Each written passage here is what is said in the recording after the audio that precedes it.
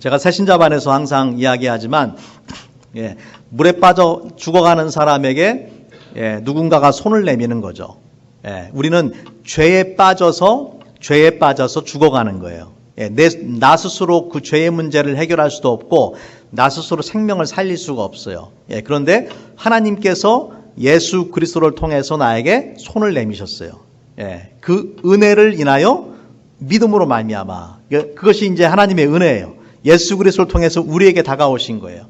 그 손을, 하나님의 손을 붙잡는 게 뭡니까? 믿음이다. 믿음. 그 하나님의 손을 내가 붙잡는 게 믿음이에요. 하나님의 손을 붙잡으면 어떻게 하시느냐? 아무도 내 손에서 빼앗을 수가 없다. 아무도 아버지 손에서 빼앗을 수 없다. 하나님께서 강력한 손으로 결코 그 손을 놓지를 않으신다라는 거예요. 여러분의 자녀가 잘못해가지고 절벽에 막 떨어지는 상황이 됐어요. 여러분이 손을 딱 잡았어요. 자녀의 손이 풀렸어, 힘이 풀렸어요. 그러면은 여러분 어떡합니까? 너는 더 이상 살 의지가 없구나 하고 손을 놓습니까? 아니죠. 자녀의 손이 풀리면은 부모가 더 꽉 잡아줄 거 아니에요. 그죠? 그래서 우리가 구원이라는 것은 구원하시는 분이 하나님이시기 때문에, 하나님의 전적인 주권과 은혜로 우리를 선택하시고 구원하시는 것이기 때문에 구원이 상실될 수가 없다라고 우리가 믿는 것입니다. 그러면은 옛날에 신앙생활을 잘 했다가 실족한 사람은 어떻게 된 거냐? 두 가지 가능성. 하나는 뭐냐면, 처음부터 남들의 눈에 보기에는 신앙생활을 하는 것처럼 보였지만, 예수님을 믿는 것처럼 보였지만, 실제로는 그 마음 중심에 예수님을 믿지 않았을 가능성이 있는 거예요. 남들이 보기에는 저 사람은 신앙생활 잘하네, 예수님 믿는 사람이네라고 보였을지 모르지만, 그 사람의 그 개인적인 하나님과의 관계가 성립되지 않았을 가능성이 있습니다. 두 번째 경우는 뭐냐면, 진짜 예수님을 믿었어요. 그런데 믿음을 떠났어요. 그런 경우는 어떤 경우입니까? 돌탕이에요. 돌탕. 돌아온 탕자. 그러니까 잠시 떠났지만 정말로 하나님의 자녀라면은 다시 돌아오게 된다. 돌아온 탕자 얘기 아시죠? 아버지 품 떠나서 자기 멋대로 살다가 나중에 갈 곳 없으니까 아버지께로 다시 오잖아요. 마찬가지로 신자도 방황할 수 있어요. 신자도 방황할 수 있지만은 구원받은 하나님의 자녀라면은 늘 그 마음 속에 아버지 품에 가야지, 아버지께로 다시 가야지라는 마음이 없을 수가 없어요. 결국에는 다시 돌아오게 된다라는 것이죠. 자, 오늘 말씀 속에 두 번째 이제 우리가 확신해야 될 것은 뭐냐면은, 심판에 이르지 아니하나니라는 말씀입니다. 심판에 이르지 않는다라는 것은 이 미래의 사건을 말하는 거죠. 우리가 성경에 보면은, 어떤 사람들은 사람이 죽으면 그만이지라고 예수님 믿지 않는 사람들은 그렇게 종종 이야기하잖아요. 죽으면 다 그만이야. 그렇게 이야기를 하는데, 성경은 뭐라고 말씀하느냐? 성경은 육신의 죽음이 끝이 아니다라는 것을 분명하게 말씀을 합니다. 히브리서 9장 27절, 한 번 죽는 것은 사람에게 정하신 것이요, 그 후에는 뭐가 있어요? 심판이 있으리니. 사람이 죽는다고 그것으로 끝나는 것이 아니라 하나님의 준엄한 심판이 있다라는 것을 분명하게 말씀을 하고 있어요. 그리고 죄인된 인간이 그 하나님의 심판을 피할 수가 없는 것이죠. 하지만 감사하게도 요한복음 3장 18절 말씀해 보니까, 저를 믿는 자는 심판을 받지 아니하는 것이요, 믿지 아니하는 자는 하나님의 독생자의 이름을 믿지 아니하므로 벌써 심판을 받은 것이니라. 벌써 심판을 받았어요. 그러니까 집행유예예요. 집행유예. 이미 죄를 범했고 하나님의 심판이 임한 거예요. 하나님의 판결이 이미 떨어졌어요. 하지만 하나님의 그 심판의 실행이 아직 이루어지지 않은 그런 상태라고 볼 수가 있는 것입니다. 감사하게도 예수님을 믿는 사람들에게는 심판을 받지 아니한다라고 성경은 그렇게 선포를 하고 있습니다. 요한복음 3장 36절 말씀에도 아들을 믿는 자는 영생이 있고 아들을 순종하지 아니하는 자는 영생을 보지 못하고 도리어 뭐가 있습니까? 하나님의 진노가 그 위에 머물러 있느니라. 그 위에 머물러 있다. 아들을 믿지 않아서, 예수님을 믿지 않아서 하나님의 진노가 그 위에 임하는 게 아니에요. 여러분이가 착각하면 안 됩니다. 예수님 믿지 않아서 지옥 가는 게 아니에요. 예수님을 믿기 이전부터 모든 사람 위에 모든 사람이 죄인이고 모든 사람이 하나님의 진노 가운데 있는 거예요. 그 가운데 예수를 믿는 사람들이 그 하나님의 진노가 떠나고 심판을 받지 않는 거예요. 모든 사람이 죄 가운데서 허우적거리면서 죽어가고 있는 거예요. 물에 빠져 죽는 것처럼. 그 가운데 하나님이 내미신 손을 붙잡는 사람들이 심판을 받지 않게 된다라는 것입니다. 자, 그렇다면은 우리가 죄에 대한 심판을 받지 않는 이유가 무엇입니까? 우리가 죄에 대한 심판을 받지 않는 이유는 예수께서 우리가 치루어야 될 모든 죄값을 다 이미 치루셨기 때문에. 예수님께서 내가 받아야 되는 고통, 내가 받아야 되는 죄의 형벌. 하나님은요, 사랑의 하나님일 뿐만 아니라 공평하시고 공의로우신 하나님이세요. 그렇기 때문에 인간의 죄에 대해서 그냥 눈 감으실 수가 없어요. 만약 하나님이 인간이 죄를 범하는데 괜찮아 하고 눈을 감으면 하나님은 더 이상 거룩하신 하나님이 아니에요. 그렇기 때문에 죄인 된 인간은 죄값을 반드시 지불해야 된다. 감사하게도 그 죄값을 예수님께서 대신하여 지불하셨다라는 것을 성경의 구약의 말씀, 신약의 말씀 속에서 이야기를 하고 있습니다. 대표적인 우리 구약의 말씀이 이사야 53장 6절 말씀인데 우리 같이 한번 읽어볼까요? 시작.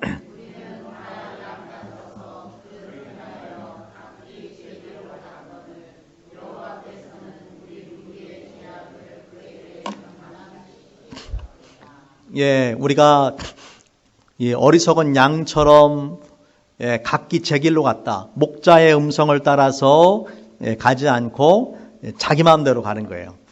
그런데 감사하게도 우리의 죄악을 그에게 고난받는 종으로 이 땅에 오시는 예수님에게 모두 담당시키셨다라고 성경은 그렇게 선포를 합니다. 고린도서 5장 21절에도 하나님이 죄를 알지도 못하신 자로 우리를 대신하여 죄를 삼으신 것은 우리로 하여금 저희 안에서 하나님의 의가 되게 하려 하심이니라.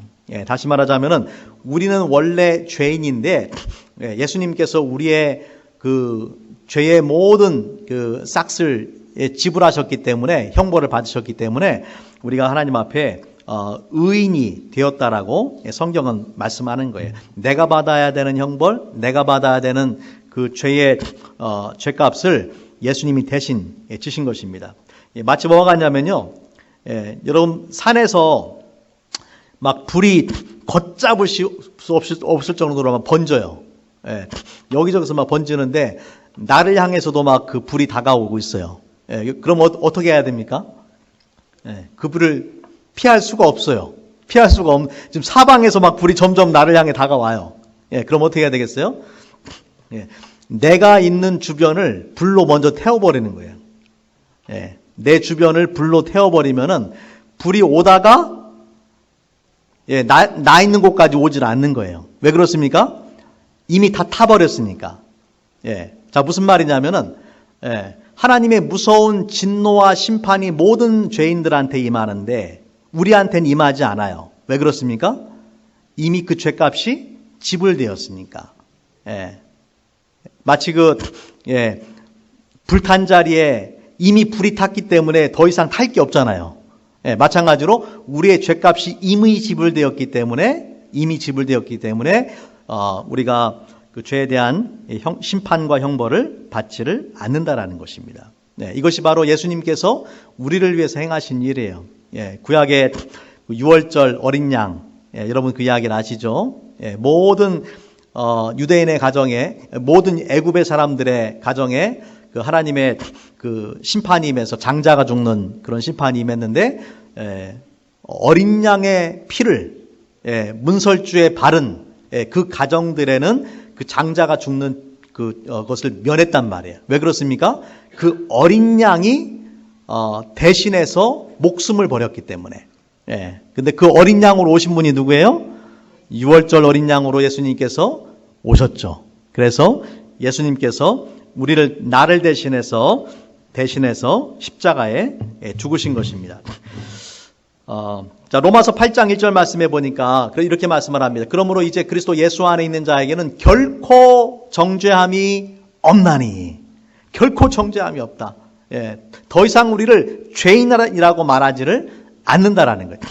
로마서 8장 33절, 누가 능히 하나님의 택하신 자들을 송사하리요.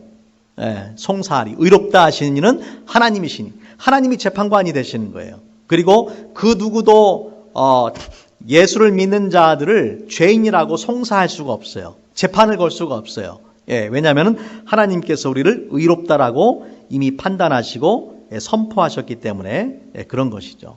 여러분, 그래서 이 믿음, 우리가 죄사함 받고 하나님의 자녀가 되고 영생을 얻고 다시는 이 하나님의 그 심판을 받지 않는 것에 대한 분명한 확신이 있으시길 바랍니다. 마지막으로 무엇입니까? 사망에서 생명으로, 너무 앞으로 가니까 그냥 뒤로 가요. 사망에서 생명으로 옮겼느니라 라고 성경은 그렇게 말씀을 합니다. 사망에서 생명으로 옮겼다라는 말씀을 이 헬라 성경에 보면은요, perfect tense예요. 완료 시제예요. 완료 시제라는 것은 이미 그 동작이 끝났다라는 거예요. 예수를 믿는 그 순간에 우리가 전에는 사망에 속해 있다가 생명으로 옮겨졌다라고 성경은 그렇게 선포를 하고 있습니다. 그것은 먼 미래에 일어나는 사건이 아니라 바로 예수님을 믿는 그 순간에 일어나는 것입니다. 골로새서 1장 13절 말씀에 그가 우리를 흑암의 권세에서 건져내사 그의 사랑의 아들의 나라로 어떻게 하셨어요? 옮기셨다. 그 아들 안에서 우리가 구속 곧 죄사함을 얻었도다. 예수님 안에서 죄사함을 얻었다. 예수님을 믿는 순간에 흑암의 권세에서 하나님의 사랑의 아들의 나라로 옮겨졌다라고 성경은 그렇게 선포를 하고 있는 것입니다. 여러분, 우리가 죽음을 두려워할 이유가 있습니까? 육신의 죽음을 두려워할 이유가 있어요? 하나도 없어요. 여러분 중에 우리 많은 분들이 한국에서 더 좋은 미국으로 오셨잖아요. 그렇죠? 더 잘 살려고 미국에 왔잖아요. 동의를 안 하시는 것 같은데 한국이 더 좋은 모양이네. 한국에서 미국으로 오셨는데 우리가 죽는다라는 건 뭡니까? 더 좋은 미국에서 더 좋은 천국으로 가는 거예요. 미국에서 천국이 제일 좋은 곳이에요. 천국이 제일 좋은 곳이기 때문에 우리가 죽음에 대해서 전혀 두려워할 필요가 없다. 사실 저도 예수님 믿기 전에 너무 죽는 것이 두려웠어요. 죽음만 생각하면은 앞이 캄캄해요. 숨이 막혀요. 내가 죽으려고 태어났나? 왜 인생의 목적이 무엇인가? 죽는 것만 생각하면은 아주 허무했어요. 허무해. 또 그 죽음에 대한 두려움. 어렸을 적에는 우리 엄마 아빠가 죽으면 어떡하지? 막 이런 생각들. 또 내가 죽으면 어떡하지? 이런 생각들. 이런 생각을 가지고 두려움 가운데 살다가 예수님을 믿은 다음에 정말 그 하나님이 주시는 놀라운 평강이 내 마음에 임하더라고요. 더 이상 죽음이 두렵지가 않아요. 언제 죽음을 두려워했냐는 듯이 아주 싹 사라져 버렸어요. 제 마음에 평강이 임하더라고요.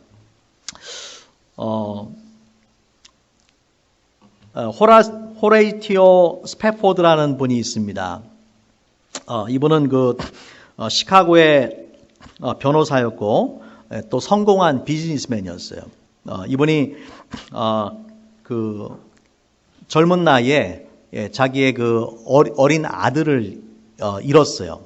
그리고 나서 이제 사업이 많이 이제 번성을 했는데 1871년에 시카고에 대화재가 일어납니다.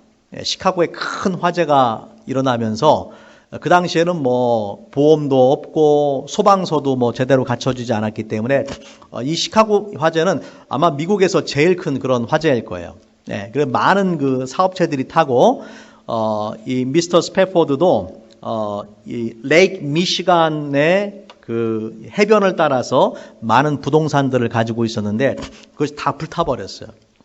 불타버리고 나서 이제 이분이 그 시카고에 있었던 D.L. 무디 목사님의 교회를 다녔기 때문에 D.L. 무디 목사님과 그 또 생키라는 분이 있어요. 그분은 찬양을 하시는 분인데 이분들이 그 당시에 미국과 또 유럽과 이런 전 세계를 다니면서 이 부흥 운동을 많이 했어요. 그래서 영국에서 무디 목사님이 부흥회를 하는데 거기에 온 가족이 참석을 하자. 그 영적인 휴식을 얻고 또 영적인 부흥을 좀 경험하기 위해서 영국에 있는 그 부흥에 참석을 하기로 했어요. 그런데 가족이 다 함께 배를 타고 대서양을 건너려고 했는데 이제 스패포드가 갑자기 비즈니스로 일이 생긴 거예요. 자기는 가지 못하고 아내와 네 딸, 저희도 네 딸인데 네 딸만 먼저 보냅니다. 먼저 보냈는데 그들이 이 아내와 딸을 태운 그 배가 대서양을 건너는 중에 이 다른 배와 부딪히게 됩니다. 이제 부딪히게 되면서 부딪히자마자 한 12분 정도 만에 이 배가 완전히 파손이 돼 버리고 거기에 있던 승선한 사람 중에서 많은 사람들 226명이나 되는 사람들이 목숨을 잃게 됩니다. 그 중에는 스패포드의 네 딸이 들어가 있었어요. 네 딸이 죽고 그 엄마만 간신히 살아남아서 웨일즈라는 곳에 가서 스패포드에게 전보를 쳤습니다. 뭐라고 전보를 쳤느냐? Saved alone. 그 당시 전보는 길게 칠 수가 없잖아요. 나만 살아남았어요. 라고 그렇게 전보를 치는 거예요. 여러분 얼마나 정말 놀랐을까요? 아내만 살아남고 사랑하는 내 딸이 대서양에서 죽어버린 거예요. 얼마나 정말 충격에 빠졌을까요? 이 소식을 듣고 스패포드가 급하게 또 배를 타고서 이제 아내를 찾아서 영국으로 향합니다. 그 배를 타고 갈 때에 한 지점에 이르렀을 때에 그 선장이 스패포드에게 와서 이렇게 말합니다. 스패포드 씨, 우리가 지금 지나가고 있는 바로 이 지점이 당신의 내 딸이 묻혀 있는 곳입니다. 라고 그렇게 이야기를 해요. 그때 이 스패포드가 얼마나 정말 눈물을 많이 흘렸겠습니까? 사랑하는 내 딸, 다시는 얼굴을 볼 수 없는 그런 순간이잖아요. 그런데 스패포드가 자기의 방에 들어가서 하나님 앞에 묵상하고 기도하는 가운데 이 놀라운 시를 쓰게 됩니다. 그 시가 우리가 잘 아는 찬송가 470장의 찬양이죠. 내 평생에 가는 길 순탄하여 늘 잔잔한 강 같든지 큰 풍파로 무섭고 어렵든지 순탄할 때나 어려울 때나 나의 영혼은 늘 편하다. 내 영혼 평안해, 내 영혼 평안해, 내 영혼 평안해. 여러분 이 내 자녀가 하나님의 품에 안겨 있다라는 것을 확신하지 않는다면, 그렇죠? 어떻게 스패포드가 이런 놀라운 찬양을 지을 수 있었겠어요? 하지만 천국에 대한 확신, 그리고 내 자녀가 이미 하나님의 품에 있다라는 것을 분명히 알기 때문에 그 마음속에 하나님이 평안을 주신 거예요. 죽음에 대한 두려움이 사라진 거예요. 3절 말씀에 가면 이렇게 이야기합니다. 내 지은 죄 주홍빛 같더라도 주 예수께 다 아뢰면 그 십자가 피로 다 씻으사 흰 눈보다 정하리라. 나는 비록 죄인이지만 주님 앞에 내 죄를 다 구할 때에 십자가의 보혈로 다 씻어주시고 우리의 죄가 흰 눈처럼 깨끗하게 된다. 내 영혼 평안해, 내 영혼 평안해, 내 영혼 평안해. 이것이 나중에 이 생키 찬양 사역자였던 생키에 의해서 곡이 붙여지고 우리가 잘 아는 내 평생에 가는 길, 그 유명한 찬양으로 남게 되는 것입니다. 저는 오늘 여러분에게 중요한 말씀을 전해드렸습니다. 이미 이 말씀을 잘 알고 계신 분들도 있을 테고 또 오늘 제가 전한 말씀을 처음 들은 분도 있을 거예요. 어찌 되었든지 간에 여러분이 이 자리에서 이 말씀을 듣는 것은 하나님의 놀라운 은혜입니다. 하나님이 여러분을 사랑하시기 때문에 전해주시는 거예요. 랜디 클락이라는 그 목사님이 계세요. 랜디 클락이 유명한 아주 이 성령 사역자입니다. 이분이 간증하는 것을 들어보니까 자기가 젊었을 때에 이 자기 사촌이 하나가 마약과 섹스에 빠져가지고 젊은 날을 아주 그렇게 보낸 거예요. 그러면서 어느 날 두 친구와 함께 3명이 자기를 찾아왔대요. 그러면서 그 사촌이 자기한테 한 말이, 랜디, 너는 지금 죽으면 천국에 갈 자신이 있냐?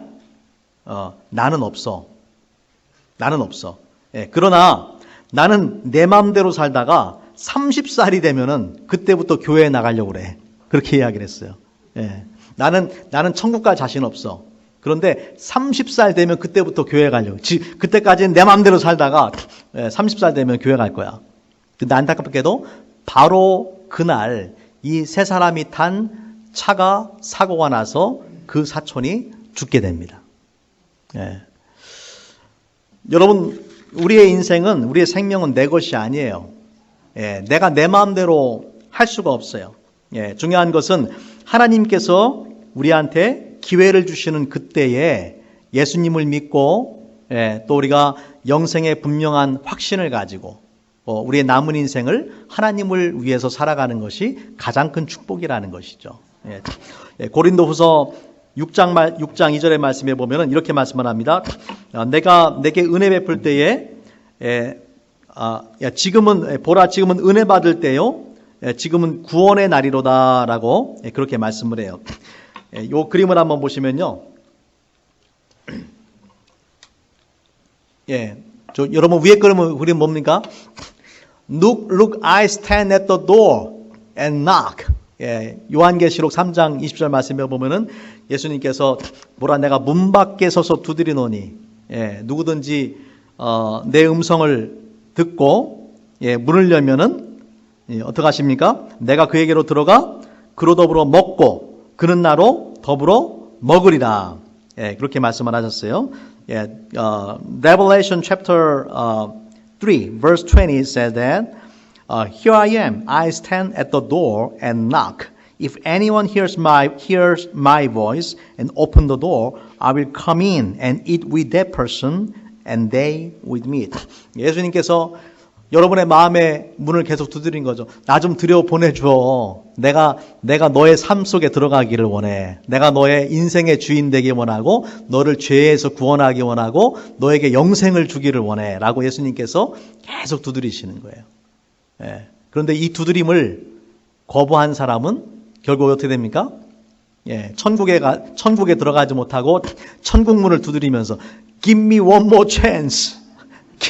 이제는 이 사람이 두드리는 거예요. 예수님이 마음의 문을 두드릴 때 문을 닫고 문을 열지 않았던 사람이 나중에 천국에 가서 Give me one more chance. 이제 좀 문 좀 열어주세요. 마치 나사로와 함께 있었던 부자처럼, 그죠? 나에게 기회를 주세요라고 그렇게 이야기한다라는 것이죠. 하지만 여러분 기억하십시오. 지금 우리가 살아있는 이 순간이 바로 은혜 받을 때고 지금이 구원의 날이다. 우리가 죽어서는 예수님을 믿을 수 있는 그 기회를 가질 수가 없습니다. 오늘 말씀 속에 세 가지 확신, 예수를 믿는 자들은 영생을 얻었고 심판에 이르지 아니하고 사망에서 생명으로 옮겼다라고 성경은 선포합니다. 제가 여러분에게 묻기 원합니다. 나는 사망 속에 있는가? 생명 속에 있는가? 잘 생각해 보세요. 여러분, 이거보다 더 중요한 문제는 없어요. 여러분의 건강, 또 직업, 직장, 비즈니스, 또 재물을 모으는 거, 그러한 것보다도 훨씬 더 중요한 것이 내 영혼이 지금 어디에 속해 있는가? 하나님의 심판을 받을 하나님의 저주 가운데 있는 그런 존재인가? 아니면은 구원받고 영생받고 생명 가운데 있는 존재인가? 여러분, 이거보다 더 중요한 것은 없습니다. 여러분 가운데 한 사람도 죽음의 영역에 있지 않고 생명 속에 있기를 바랍니다. 같이 한번 우리 기도하겠습니다. 주님 감사합니다. 오늘 요한복음 5장 24절의 말씀을 통해서 믿는 자들에게 있는 그 놀라운 하나님이 예비하신 축복이 무엇인지를 깨우쳐 주셔서 감사합니다. 주님, 이 말씀에 대한 확신을 우리가 갖게 도와주시옵소서. 우리 가운데 한 사람도 사망 가운데 속한 사람이 없게 도와주시고, 예수님의 우리의 마음의 문을 두드리는 소리를 듣고 우리 마음의 문을 열고 예수님을 구주로 영접하게 해 주시기를 원합니다. 또 그래서 우리 모든 성도들이 다 생명에 속한, 영생에 속한 거룩하고 존귀한 하나님의 자녀로 살아가게 하시고 죽음을 두려워하지 아니하며 죽음 앞에 평안하며 담대하게 하여 주시옵소서. 감사하며 우리 주 예수님의 이름으로 기도합니다.